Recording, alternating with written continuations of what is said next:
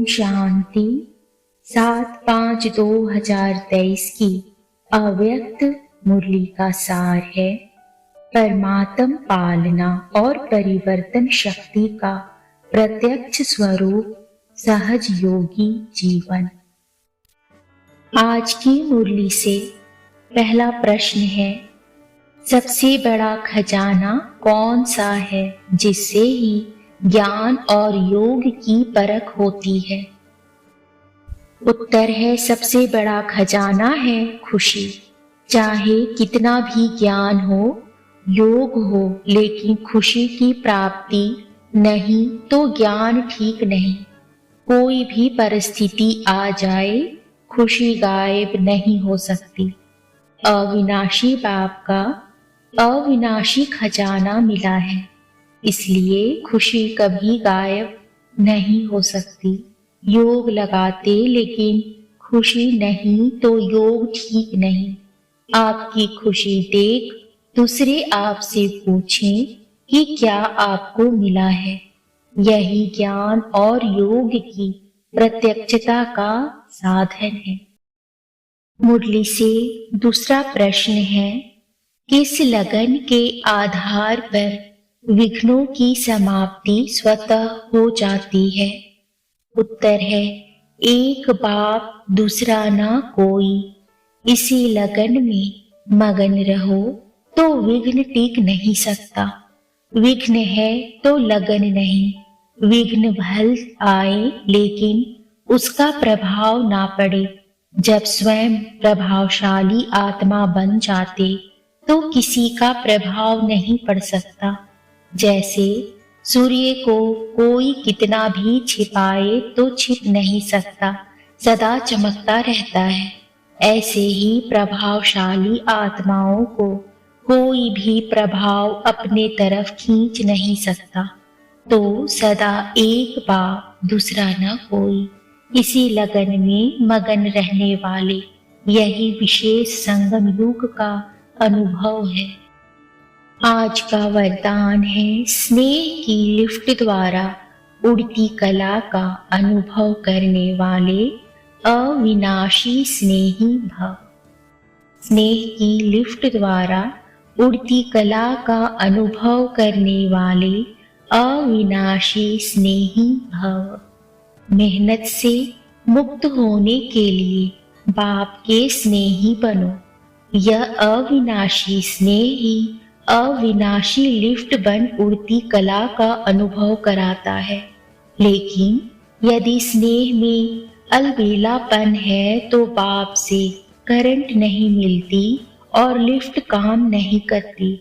जैसे लाइट बंद होने से, कनेक्शन खत्म होने से लिफ्ट द्वारा सुख की अनुभूति नहीं कर सकते, ऐसे स्नेह कम है तो मेहनत का अनुभव होता है। इसलिए अविनाशी स्नेही बनो। आज का स्लोगन है, शुभ संकल्प और दिव्य बुद्धि के यंत्र द्वारा तीव्र गति की उड़ान भरते रहो। मुरली विस्तार से। आज बाप दादा हर एक बच्चों के मस्तक पर विशेष श्रेष्ठ भाग्य की 3 लकीरें देख रहे हैं। सर्व बच्चों का भाग्य तो सदा सर्वश्रेष्ठ है ही, लेकिन आज विशेष 3 लकीर चमक रही है।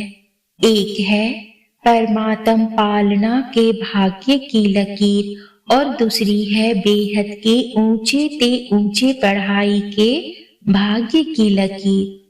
तीसरी है श्रेष्ठ मत प्राप्त होने के भाग्य की लकीर। चाहे लौकिक चाहे अलौकिक, हर एक को इस जीवन में ये 3 प्राप्तियां होती ही है। पालना भी मिलती, पढ़ाई भी मिलती और मत भी मिलती है। इन तीनों द्वारा ही हर आत्मा अपना वर्तमान और भविष्य बनाने के निमित्त बनती है। आप सभी श्रेष्ठ आत्माओं को किसकी पालना मिल रही है? परमात्म पालना के अंदर हर सेकंड पल रहे हो। जैसे परम आत्मा ऊंचे ते ऊंचे हैं तो परमात्म पालना भी कितनी श्रेष्ठ है। और इस परमात्म पालना के पात्र कौन बने हैं और कितने बने हैं। सारे विश्व की आत्माएं बाप कहती हैं, लेकिन पालना और पढ़ाई के पात्र नहीं बनती है। और आप कितनी थोड़ी सी आत्माएं इस भाग्य के पात्र बनती हो। सारे कल्प में यही थोड़ा सा समय परमात्म पालना मिलती है। दैवी पालना, मानव पालना, ये तो अनेक जन्म मिलती हैं, लेकिन ये श्रेष्ठ पालना अब नहीं तो कब नहीं। ऐसे श्रेष्ठ भाग्य की श्रेष्ठ लकीर सदा अपने मस्तक में चमकते हुए अनुभव करते हो। कोई भी प्राप्ति सदा करना चाहते हो या कभी कभी करना चाहते हो, तो प्राप्ति का पुरुषार्थ भी सदा चाहिए या कभी कभी चाहिए, और सदा तीव्र चाहिए या कभी साधारण कभी तीव्र। प्रैक्टिकल क्या है? चाहना और प्रैक्टिकल में अंतर हो जाता है ना। सोचते तो बहुत हो लेकिन स्मृति में कम रखते हो। सोचना स्वरूप बनना है या स्मृति स्वरूप बनना है। स्मृति स्वरूप बनने वाले हो ना, तो एक बात भी स्मृति में रखो कि अमृत वेले आपको उठाने वाला कौन? बाप का प्यार उठाता है। दिन का आरंभ कितना श्रेष्ठ है, और बाप स्वयं मिलन मनाने के लिए बुलाते हैं। रूह रिहान करते हैं, शक्तियां भरते हैं। तो हर दिन का आदि कितना श्रेष्ठ है। बाप की मोहब्बत से उठते हो कि कभी कभी मजबूरी में भी उठते हो। यथार्थ तो मोहब्बत के गीत आपको उठाते हैं। अमृत वेले से बाप कितना स्नेह से बुलाते हैं, उठाते हैं। मीठे बच्चे, प्यारे बच्चे, आओ। तो जिसका आदि इतना श्रेष्ठ है, तो मध्य और अंत क्या होगा? श्रेष्ठ होगा ना। बाप दादा देख रहे थे कि कितना पालना का भाग्य वर्तमान समय बच्चों को प्राप्त है। कितना प्राप्त है उतना फायदा उठाते हो। स्वप्न में भी संकल्प मात्र नहीं था कि इतने भाग्य के पात्र बनेंगे। सोचने से बाहर था, लेकिन मिला कितना सहज। बाप के प्यार की पालना का प्रैक्टिकल स्वरूप ही है सहज योगी जीवन। जिससे प्यार होता है, उसके लिए मुश्किल परिस्थिति या मुश्किल कोई भी बात देखी सुनी नहीं जाती। तो बाप ने भी मुश्किल को सहज बनाया है ना। सदा सहज है तो सदा ही पुरुषार्थ की गति तीव्र हो। आज बहुत अच्छा पुरुषार्थ है और कल थोड़ी परसेंटेज कम हो गई, तो क्या सदा सहज कहेंगे? सदा मुश्किल कौन बनाते हैं? स्वयं ही बनाते हो ना। कारण क्या? सोचने की तो आदत है, लेकिन स्मृति स्वरूप के संस्कार कभी इमर्ज रखते हो, कभी मर्ज हो जाते हैं। क्योंकि स्मृति स्वरूप सो समर्थ स्वरूप। सोचना यह समर्थी स्वरूप नहीं है, स्मृति समर्थी है। विस्मृति में क्यों आ जाते हो? आदत से मजबूर हो जाते हो। अगर मजबूर नहीं तो मजबूर हो जाएंगे। जहां मजबूर है वहां मजबूरी नहीं है। जब ओरिजिनल आदत विस्मृति की नहीं है, आदि में स्मृति स्वरूप प्रारब्ध प्राप्त करने वाली देव आत्माएं हो, योग लगाने का पुरुषार्थ नहीं करते, लेकिन स्मृति स्वरूप की प्रारब्ध प्राप्त करते हो, तो आदि में भी स्मृति स्वरूप का प्रत्यक्ष जीवन है। और अनादि आत्मा जब आप परम धाम से आई तो आप विशेष आत्माओं के संस्कार स्वतः ही स्मृति स्वरूप है और अंत में संगम पर भी स्मृति स्वरूप बनते होना। तो अनादि आदि और अंत तीनों ही काल स्मृति स्वरूप है। विस्मृति तो बीच में आई, तो आदि अनादि स्वरूप सहज होना चाहिए या मध्य का स्वरूप? सोचते हो कि हाँ मैं आत्मा हूँ, लेकिन स्मृति स्वरूप हो चलना, बोलना, देखना, उसमें अंतर पड़ जाता है। तो यह स्मृति में रखो कि हम परमात्म पालना की अधिकारी आत्माएं हैं। बाप दादा चार्ट चेक करते हैं तो लकीर कभी ऊंची कभी नीची होती है, कभी कोई दाग होता है, कभी जीवन के कागज में कोई दाग नहीं भी होता है और कोई समय दाग ही दाग, एक पीछे दूसरा, दूसरे के पीछे तीसरा दाग ही नजर आते हैं। क्यों? एक तो गलती हो जाती है, लेकिन गलती होने के बाद भी उसी गलती को सोचते रहते हो। क्यों, क्या, कैसे, ऐसे नहीं वैसे, कई रूप से बात को छोड़ते नहीं हो। बात आपको छोड़कर चली जाती है, लेकिन आप बात को नहीं छोड़ते हो। जितना समय सोचने स्वरूप बनते हो, यथार्थ स्मृति स्वरूप नहीं बनते हो, तो दाग के ऊपर दाग लगते जाते हैं। पेपर का टाइम कम होता है, लेकिन व्यर्थ सोचने का संस्कार होने के कारण पेपर का टाइम बढ़ा देते हो। सेकंड पूरा हुआ और निर्विकल्प स्थिति बन जाए, यह संस्कार इमर्ज करो। निर्विकल्प बनना आता है ना? अपने श्रेष्ठ भाग्य को स्मृति में लाकर सदा हर्षित रहो। अपने परमात्म पालना को सदा बार बार स्मृति में लाओ। सुनना भी आता है, सोचना भी आता है, लेकिन फर्क क्या पड़ जाता है?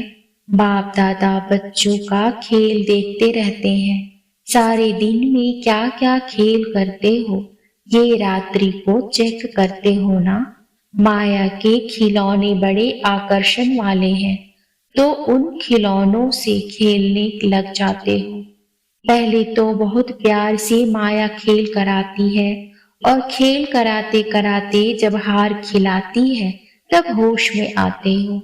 मेजोरिटी में एक विशेष शक्ति की कमी रह जाती है। कभी बहुत अच्छे चलते हो, कभी चलते हो, कभी उड़ते हो, कभी बढ़ते हो, लेकिन फिर नीचे क्यों आ जाते हो? इसका विशेष कारण क्या है? परिवर्तन शक्ति की कमजोरी है। समझते भी हो कि ये यथार्थ नहीं है, लेकिन परिवर्तन होने की कमी हो जाती है। ब्राह्मण जीवन में परिवर्तन में आ गए, अब कोई कहेंगे कि मैं ब्राह्मण नहीं हूँ। सभी अपने को बीके लिखते हो ना, हम ब्राह्मण हैं, यह समझते हो ना।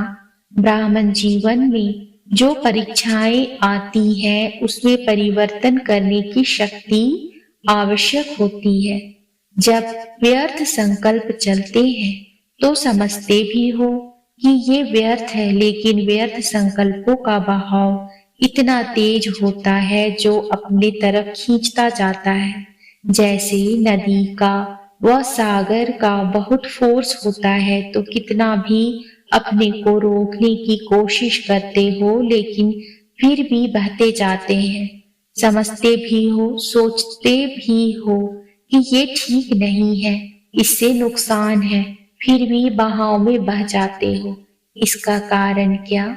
परिवर्तन शक्ति की कमी। पहला विशेष परिवर्तन है स्वरूप का परिवर्तन। मैं शरीर नहीं, लेकिन आत्मा हूँ, यह स्वरूप का परिवर्तन है। यह आदि परिवर्तन है। इसमें भी चेक करो तो जब देह भान का फोर्स होता है तो आत्म अभिमान के स्वरूप में टिक सकते हो या बह जाते हो। अगर सेकंड में परिवर्तन शक्ति काम में आ जाए तो समय संकल्प कितने बच जाते हैं, वेस्ट से बेस्ट में जमा हो जाते हैं। पहली परिवर्तन शक्ति है स्वरूप का परिवर्तन और स्वभाव का परिवर्तन। पुराना स्वभाव पुरुषार्थी जीवन में धोखा देता है। समझते भी हो कि यह मेरा स्वभाव यथार्थ नहीं है और यह स्वभाव समय प्रति समय धोखा भी देता है, यह भी समझते हो, लेकिन फिर भी स्वभाव के वश हो जाते हो। फिर अपने बचाव के लिए कहते हो कि मेरा भाव नहीं था, मेरा स्वभाव ऐसा है, मैं चाहता या चाहती नहीं हूं, लेकिन मेरा स्वभाव है। ब्राह्मण बन गए तो जन्म बदल गया, संबंध बदल गया, माँ बाप बदल गए, परिवार बदल गया, लेकिन स्वभाव नहीं बदला। फिर रॉयल शब्द कहते कि मेरी नेचर है। तो पहली कमजोरी स्वरूप का परिवर्तन, दूसरा स्वभाव का परिवर्तन, तीसरा संकल्प का परिवर्तन। सेकंड में व्यर्थ को समर्थ में परिवर्तन करो। कई समझते हैं बस आधा घंटे का तूफान था, आधा घंटा 15 मिनट चला, लेकिन आधा घंटा व 15 मिनट की कमजोरी संस्कार बना देती है ना। जैसे शरीर में अगर कोई बार बार कमजोर होता रहे तो सदा के लिए कमजोर बन जाते हैं। तो 15 मिनट कोई कम नहीं है। संगम युग का एक एक सेकंड वर्षों के समान है। तो ऐसे अलबेले नहीं बनो। भल थोड़ा ही चला लेकिन गंवाया कितना। जब कदम में पदम कहते हो तो 15 मिनट में कितने कदम उठेंगे और कितने पदम गवाएंगे। जमा में तो हिसाब अच्छा रखते हो कि कदम में पदम जमा हो गया, लेकिन गवाने का भी तो हिसाब रखो। तो ना चाहते हुए भी संस्कार खींचते हैं। जो भी बात बार बार होती है वो संस्कार स्वरूप में भर जाती है। तो संकल्प परिवर्तन करो। फिर सिर्फ सोचते नहीं रहो करना नहीं चाहिए, हो गया, क्या करूं? नहीं, सोचो और करके दिखाओ। कहते हो बीती को बिंदी लगाओ, एक दो को ज्ञान देते हो ना। कोई आकर बात करेंगे तो कहेंगे ठीक है बिंदी लगा दो, लेकिन स्वयं में बिंदी लगाते हो। बिंदी लगाने के लिए कौन सी शक्ति चाहिए? परिवर्तन शक्ति। परिवर्तन शक्ति वाला सदा ही निर्मल और निर्माण रहता है। जैसे पहले भी बाप दादा ने सुनाया है कि मोल्ड होने वाला ही रियल गोल्ड है। रियल गोल्ड की निशानी है वो मोल्ड हो जाएगा। तो चेक करो कि परिवर्तन शक्ति समय पर काम आती है या समय बीत जाने के बाद सोचते ही रहते हो। तो परिवर्तन शक्ति को बढ़ाना है। जिसमें परिवर्तन शक्ति है वो सबका प्यारा बनता है, विचारों में भी सहज रहेगा। आगे बढ़ते सेवा में रहते हो ना, सेवा में भी विघ्न रूप क्या होता है? मेरा विचार, मेरा प्लान, मेरी सेवा इतनी अच्छी होते हुए भी मेरा क्यों नहीं माना गया? तो उसको रियल गोल्ड कहेंगे। मेरापन आ गया। मेरापन आना अर्थात अलाय मिक्स होना। यह रियल गोल्ड में अलाय मिक्स हो जाता है तो रियल रहता है, उसका मूल्य रहता है। कितना फर्क पड़ जाता है।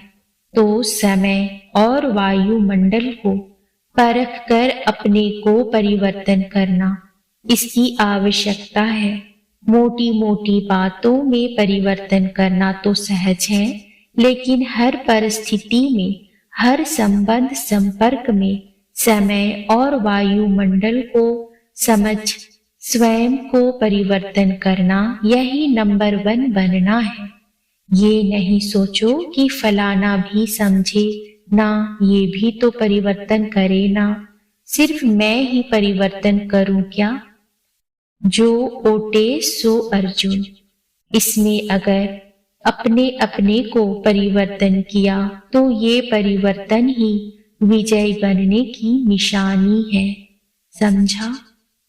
अच्छा, चारों ओर के सर्व सदा स्मृति स्वरूप आत्माओं को सदा सेकंड में परिवर्तन शक्ति द्वारा स्व परिवर्तन करने वाली श्रेष्ठ आत्माओं को सदा सहज योगी अनुभव करने वाली अनुभवी आत्माओं को सदा बाप के समीप और समान बनने के उमंग उत्साह में रहने वाली सर्व आत्माओं को बाप दादा का याद प्यार और नमस्ते।